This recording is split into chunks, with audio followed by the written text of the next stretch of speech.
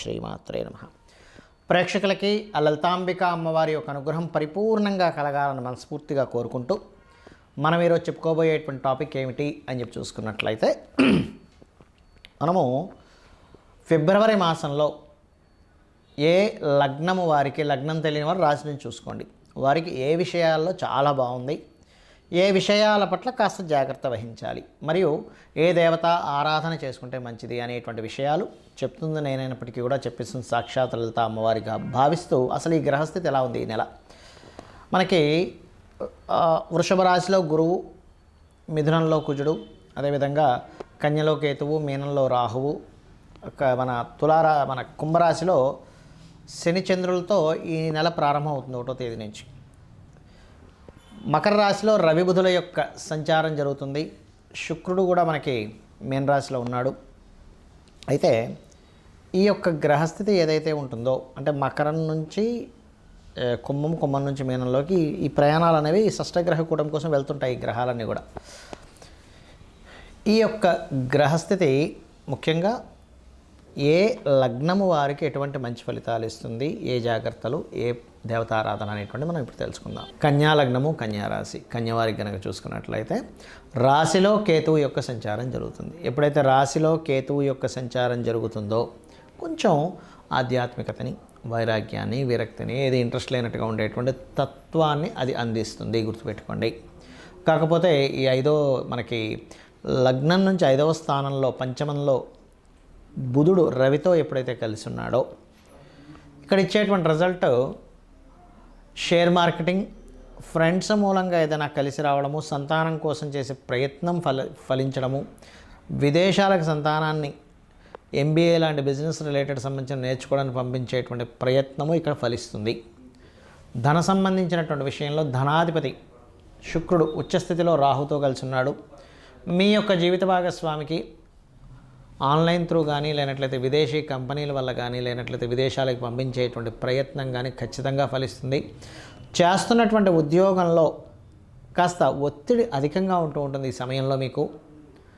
అలాగే భూముల ద్వారా, విద్యా సంస్థల ద్వారా ఎవరికైనా ఏదైనా నేర్పడం ద్వారా ధనయోగం, కన్స్ట్రక్షన్ ద్వారా కూడా ధనయోగం అనేటువంటిది చాలా బలంగా ఉంది. శత్రువుపై జయాన్ని, కాంపిటీషన్ వాటిల్లో సక్సెస్ అవ్వడానికి బలమైనటువంటి యోగం ఉంది. కుటుంబ సభ్యుల్లో, అంటే కుటుంబంలో ఉండేటువంటి కొంత పరిచయాల్లో నుంచే కొంతవరకు మీకు ఏదైనా సంబంధం కుదరడానికి కూడా ఛాన్సెస్ ఎక్కువగా కనిపిస్తున్నాయి. ఇప్పుడు ప్రస్తుతం ఏదైతే శుక్రుడు మనకి 7వ స్థానంలో ఉన్నాడు, ఇది సరైన సమయం వివాహం కోసం ప్రయత్నం చేయడానికి. కాకపోతే లగ్నంలో కేతు ఉన్నందుకు అక్కడ అవతల వాళ్ళు సహకరిస్తున్నా సరే మీకుగానే సరళ ఇప్పుడు వద్దులే తర్వాత అనేటువంటి ఒక పోస్ట్పోన్ చేసేటువంటి తత్వాన్ని లగ్నంలో ఉండే కేతు ఇస్తుంటాడు. కాబట్టి ఉదయాన్నే నిద్రలేచి చక్కగా గణపతిని ఆరాధించండి. గణపతిని ధ్యానం చేసుకున్నట్లయితే 100% మీకు ఆ విరక్తి, వైరాగ్యము ఇది తగ్గిపోతుంది పూర్తిగా. కాకపోతే మీరు 1, 2 తారీఖులు ఎవరికి అప్పులు ఇవ్వడము, రుణ సంబంధించిన విషయంలో తీసుకోవడము, ఇవ్వడం మాత్రం చేయకండి. మరియు 3, 4, 5 తేదీలు ప్రధానంగా ఇక్కడ వివాహము, వివాహ సంబంధించిన నిర్ణయాలు చేసేటప్పుడు కొంచెం జాగ్రత్తగా ఉండాలి. ఇక మీరు చేయవలసిన దేవతారాధన వెంకటేశ్వర స్వామి యొక్క ఆరాధన చేయండి. అన్ని విధాలా మీకు బాగుంటుంది. చాలామందికి ఎన్నో రెమెడీస్ చేస్తుంటారు. ఏ రెమెడీస్ చేస్తున్నా సరే అది ముందుకి కదిలినట్టే కదిలి ఆగిపోతూ ఉంటుంది. అది ఎందుకు అనేది అర్థం కాదు. దానికి కారణం మనం చూడండి, ఒక తలనొప్పి ఉంది మనకి. తలనొప్పికి సంబంధించినటువంటి ఔషధం ట్యాబ్లెట్ వేసుకుంటేనే మనకు తగ్గుతుంది.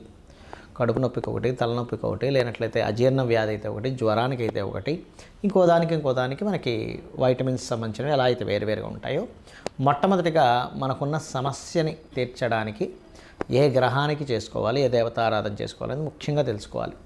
మీరు ఇక్కడ పూజ చేసుకోవాలనగానే ఏదో లక్షలు వేలు ఖర్చు పెట్టేసి పెద్దగా చేస్తేనే భగవంతుడు అనుగ్రహిస్తాడు అనుకోవడం పూర్తిగా తప్పు. గుర్తుపెట్టుకోవాలి. మీరు ఇంట్లో చిన్నగా ఒక చిన్న గణపతి బొమ్మ పెట్టుకున్న, అమ్మవారిది ఏదైనా చిన్నది మీరు ఒక పటం పెట్టుకొని కూడా మీరు గనక భక్తి శ్రద్ధలతో ఎటువంటి ఫలాపేక్షరహితంగా, అంటే ఎటువంటి ఫలము ఆశించకుండా గనక భగవంతుడికి మీరు గనక చేయగలిగితే దానికి మించినటువంటిది మరొకటి లేదు, గుర్తుపెట్టుకోండి. అయితే ఇక్కడ ఒక్కొక్కరికి ఒక్కో సమస్య ఉంటుంది. మీకు సింపుల్గా మీ యొక్క జాతక చక్రంలో మీ గ్రహస్థితి మీకు చూసుకోవడం తెలియదు కాబట్టి కొంతమందికి తెలిసి ఉంటుంది ఆస్ట్రాలజీ పరిచయం ఉన్నవారు, కొంతమందికి తెలియదు.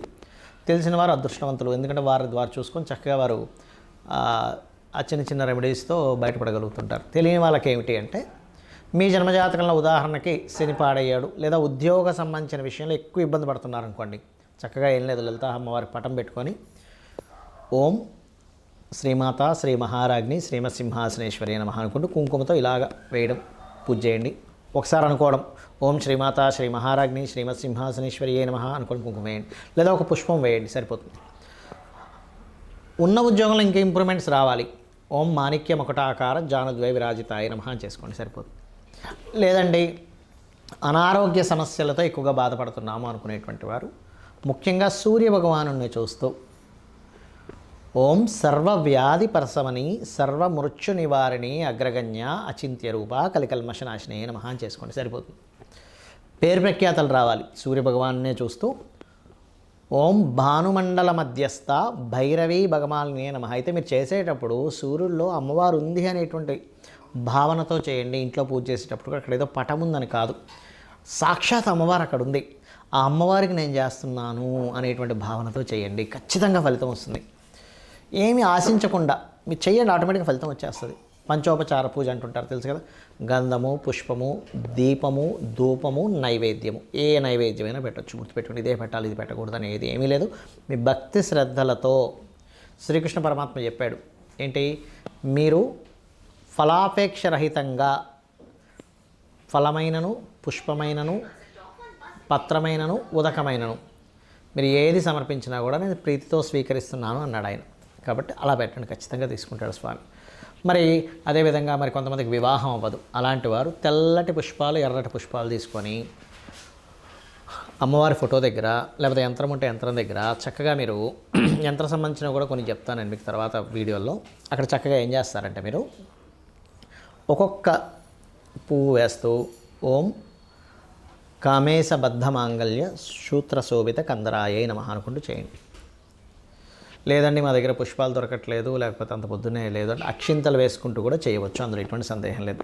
మరి అదేవిధంగా వివాహ జీవితం బాగాలేదు, అలాంటి వారు చక్కగా మీరు ఓం శివకామేశ్వరాంకస్త శివ స్వాధీన వల్లభాయే నమః అని చేసుకోండి. లేదంటే బిజినెస్లో మేము రాణించలేకపోతున్నాము, అటువంటి వారు ఓం ఇంద్రగోప పరిక్షిప్త స్మరతూనా భజంగికాయై నమః. ఫైనాన్షియల్ గ్రోత్ రావాలి, ఓం సంపత్కరీ సమారూఢ సింధుర వ్రజ సేవితాయే నమః. ఆ రకంగా మీరు ఎంత చేసుకుంటూ ఉంటే అంత చక్కటి ఫలితాలు మీకు రావడం జరుగుతుంది. అలాగే మరి కొంతమందికి అప్పులు ఎక్కువగా ఉంటాయి, వాళ్ళ రేపు అప్పుల బాధలు చాలామంది పడుతున్నారు, ఓం అపర్ణాయే నమః అని చక్కగా బిల్వ దళాలు కనుక మీ దగ్గర ఉంటే ఒక్కొక్క బిల్వ దళంతో అమ్మవారి దగ్గర పెడుతూ ఒక పుష్పము బిల్వ దళం కలిపి చేయండి, ఖచ్చితంగా మీరు అప్పుల బాధల నుంచి బయటపడతారు. అయితే ఇక్కడ ఏంటంటే చాలామంది